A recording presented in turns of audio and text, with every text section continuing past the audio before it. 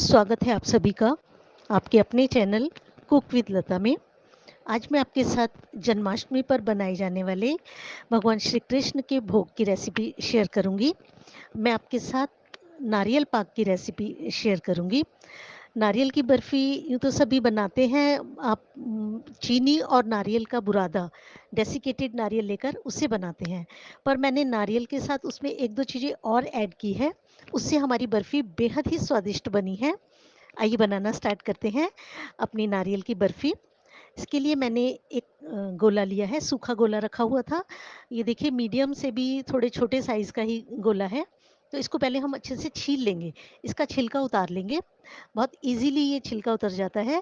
अगर आप चाहें तो आप छिलके समेत भी इस गोले को कस सकते हैं और उससे बर्फ़ी बना सकते हैं। पर यदि हम छिलका उतार देते हैं तो बर्फ़ी देखने में बहुत अच्छी लगती है और कई बार ये थोड़ा बहुत हार्ड भी होता है ये छिलका।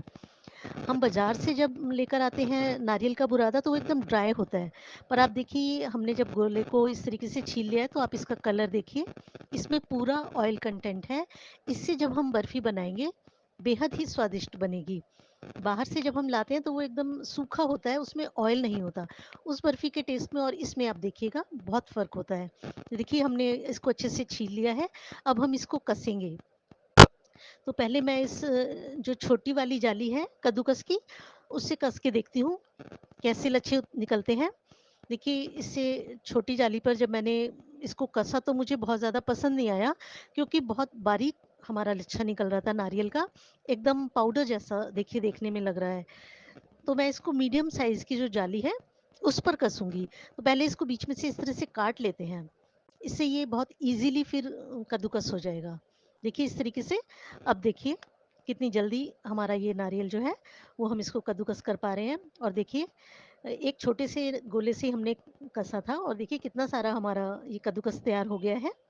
देखिए इसको मैंने छोटी कटोरी में डाला तो 2 कटोरी के करीब हमारा ये कसा हुआ नारियल आया है, गोला है।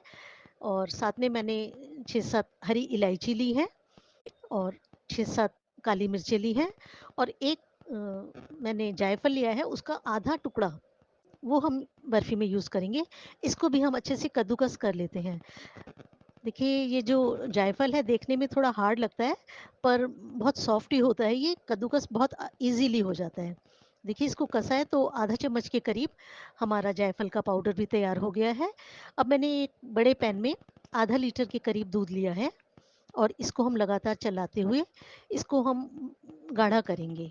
तो देखिए इसमें उबाल आ गया है, इसको हम चलाते रहेंगे और ये बहुत जल्दी एकदम गाढ़ा हो जाएगा। हमें इसको बिल्कुल खोए जैसा नहीं करना, थोड़ा पतला ही रखना है। देखिए रबड़ी वाली जो कंसिस्टेंसी होती है, इतना ही पतला हमें इस खोए को रखना है। देखिए इसको लगातार चलाते रहेंगे, ये लगना नहीं चाहिए। बस ये हो गया है, इतना ही हमें इसको तैयार करना था। अब इसको एक साइड रख देते हैं। अब कढ़ाई में मैंने 2 चम्मच घी लिया है, इसमें मैं 2 बड़े चम्मच खरबूजे के बीज डाल रही हूँ। इनको मगज भी कहते हैं ये खरबूजे के बीज खाने से दिमाग तेज होता है, मगज तेज होता है, तो ये खाने चाहिए और इनसे हमारी बर्फ़ी का जो टेस्ट है वो बहुत बढ़ जाता है। इन्हें हम बिल्कुल लो फ्लेम पर देखिए इस तरीके से लगातार चलाते हुए इनको सेकेंगे। ये बहुत जल्दी सिक जाते हैं और ज़रा भी अगर गैस की फ्लेम मीडियम या हाई हुई तो फिर ये जलने लग जाते हैं।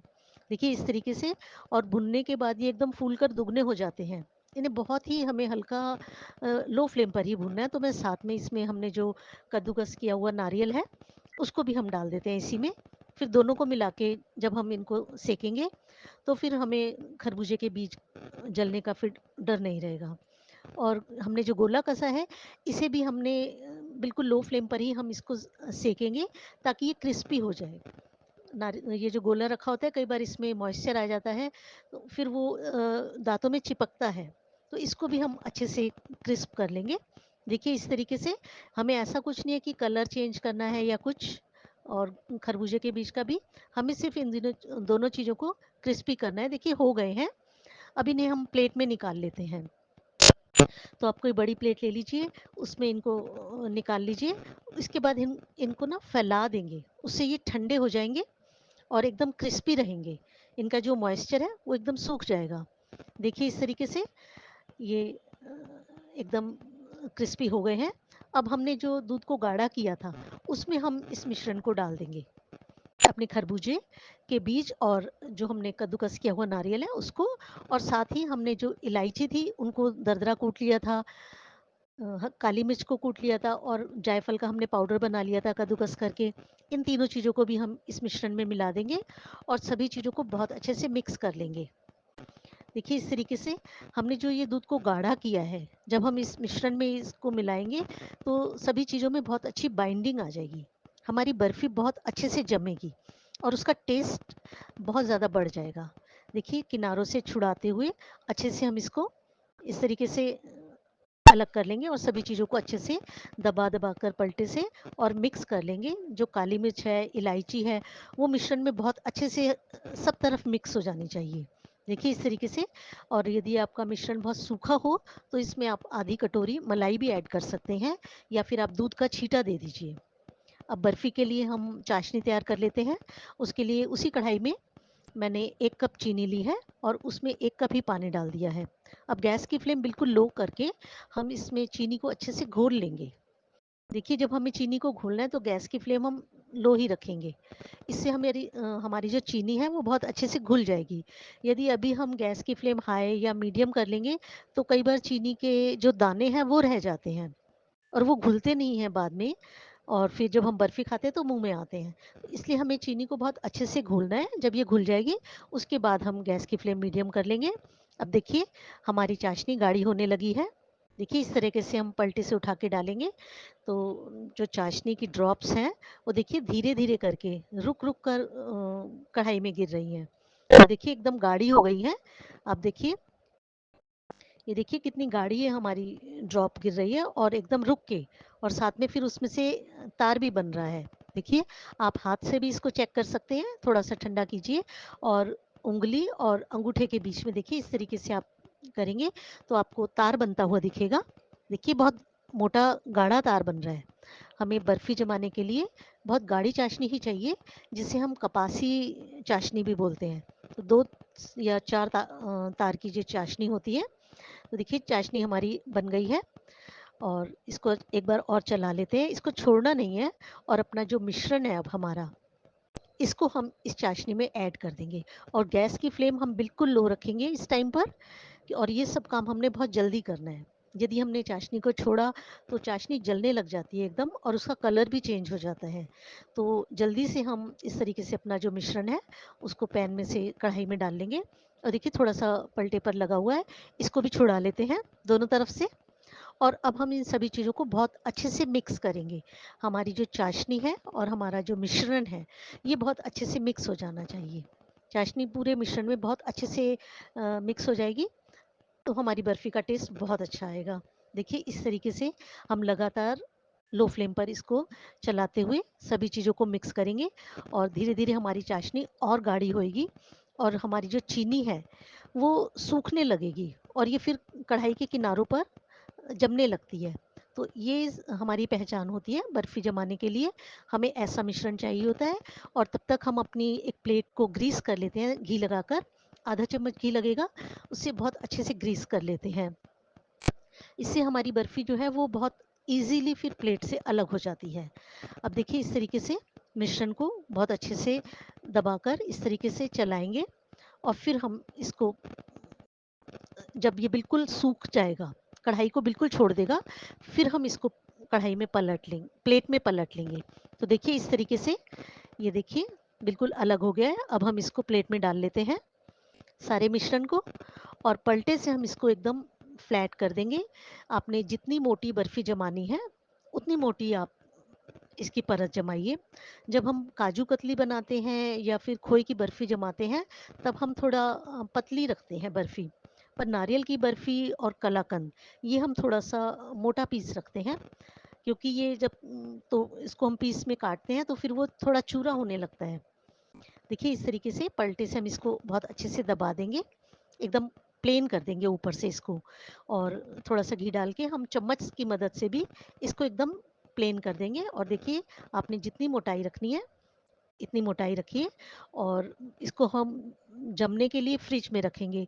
पर फ्रिज में रखने से पहले हम इसके ऊपर कट के निशान देखिए इस तरीके से लगा लेंगे।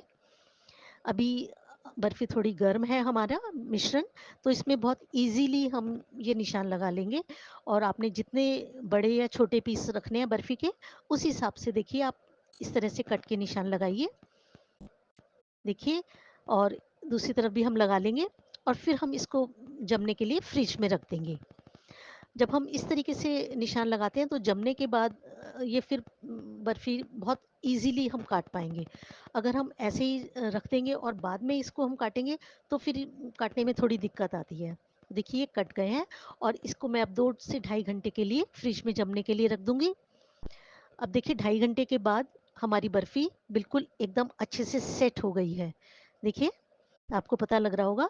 अब हमने जो निशान लगाए थे कट के, उन पर हम एक बार चाकू से दोबारा कट का निशान लगाएँगे और देखिए हमारे पीस कितने ईज़िली एकदम से कट रहे हैं। अगर हमने पहले निशान नहीं लगाए होते तो अब हमें फिर ये बर्फ़ी काटने में थोड़ी प्रॉब्लम जाती, क्योंकि नारियल हार्ड हो जाता, तो फिर वो एकदम आसानी से नहीं कटता। देखिए, सभी पीसेज़ एक बार हमने कट के निशान दोबारा लगा दिए। मैं आपको उठा के दिखाती हूँ।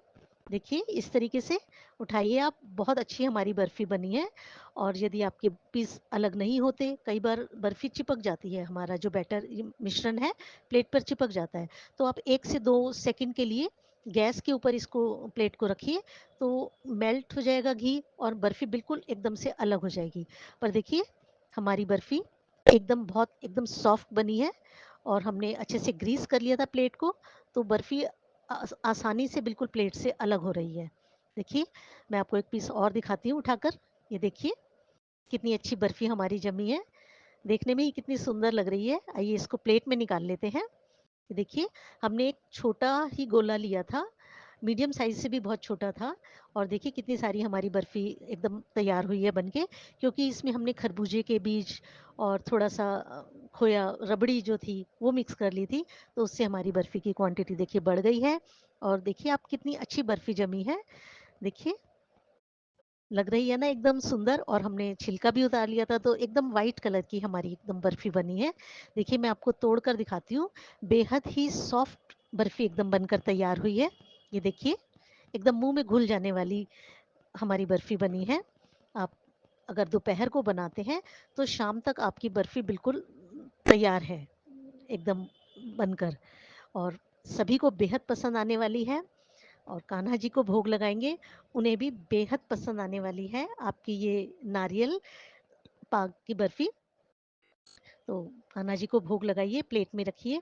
देखिए इस तरीके से सजाइए बर्फी को और भोग लगाइए आप तुलसी दल रख के। और प्रसाद में जिसको भी आप बर्फी खिलाएंगे, वो सच में आपकी बहुत ज़्यादा तारीफ करेगा कि बहुत अच्छी बर्फी बनकर तैयार हुई है। देखिए बनानी बेहद आसान है, बस आपको थोड़ी-सी बातों का ध्यान रखना होगा कि जब आप मिश्रण को भून रहे हैं, तो बहुत अच्छे से भूनिए। चीनी की चाशनी और मिश्रण, वो बहुत अच्छे से मिक्स हो जाना चाहिए, सभी चीज़ें आपस में एकदम देखिए बाइंड हो जानी चाहिए। और जिस प्लेट में जमा रहे हैं आप बर्फ़ी को, उसे आप घी से बहुत अच्छे से ग्रीस कर लीजिए पहले। उससे हमारी बर्फ़ी बहुत अच्छे से हम उसके पीसेस कर पाएँगे।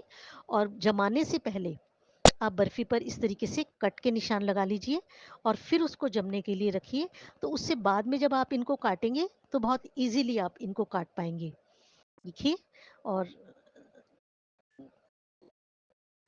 आप ज़रूर ये बर्फ़ी बनाइए और अपने एक्सपीरियंस मेरे साथ शेयर कीजिए। मुझे बताइए कि आपकी बर्फ़ी कैसी बनी। और यदि आपको रेसिपी पसंद आई है तो प्लीज़ वीडियो को लाइक और शेयर ज़रूर कीजिए और मेरे चैनल को सब्सक्राइब करना बिल्कुल मत भूलिए।